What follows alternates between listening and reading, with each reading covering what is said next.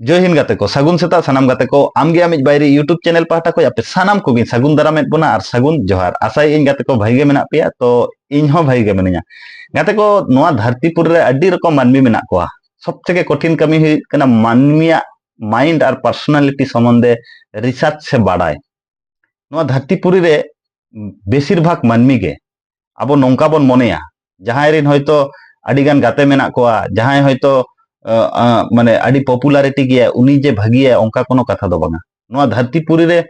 जहां गे बदलाव को अगू का उनको दो किंतु माने मेजॉरिटी पर्सन दो बाको ताहे कान ताको अब भारत फुरगल समय अब नेताजी बोसा कथा बोन लई दड़ा जहां को गे अब की डॉक्टर बी.आर. आम्बेडकर कथा जुदी बोन नेला उनी इलेक्शन रे तिंगु लेनाय हराहो कनाय तो उनका गे अड़ी रकम इतिहास जुदी अब बोन पढ़ाओ का नेला बोन जहां हॉट ठे बाखा जहां मानमी ठे अडिगान हॉर मेना को आबो बोन मनेया उनी दो मेना खूब पावरफुल हॉर उनका तो कोनो दिन बांग होई दड़ा एते को रामायण महाभारत गोटा जायगा रे बोन नेल का जे दुर्योधना माने कैरेक्टर जुदी बोन नेला ताले दुर्योधना पासे रेन हो किंतु 90% हॉर को ताहे करा मेनखा एक्चुअली दुर्योधन की माने सक्सेस नाम ले उनका गे आम नोआ धरतीपुर रे बंचाव कना माने आम ठेज गे झतो शक्ति से झतो दाड़े मेना आम ओना फील में और आमा फील जहां मेना ओना स्ट्रांग ताम आम जहां कमी कराया ओना स्ट्रांग ताम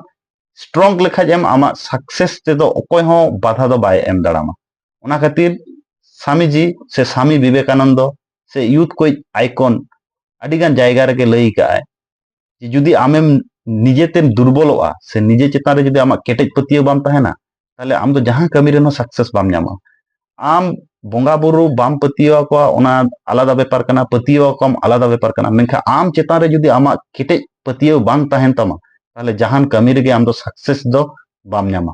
सारी से बांगा नोआ कथा कमेंट करते लई तावन पे और नोंकाना पावरफुल मोटिवेशन कथा दिन सेता नाम लगी नोआ आमगे आमी बायरी यूट्यूब चैनल सब्सक्राइब कर तबन पे मा एनखान सानाम को गे आर मिद धाव जोहार।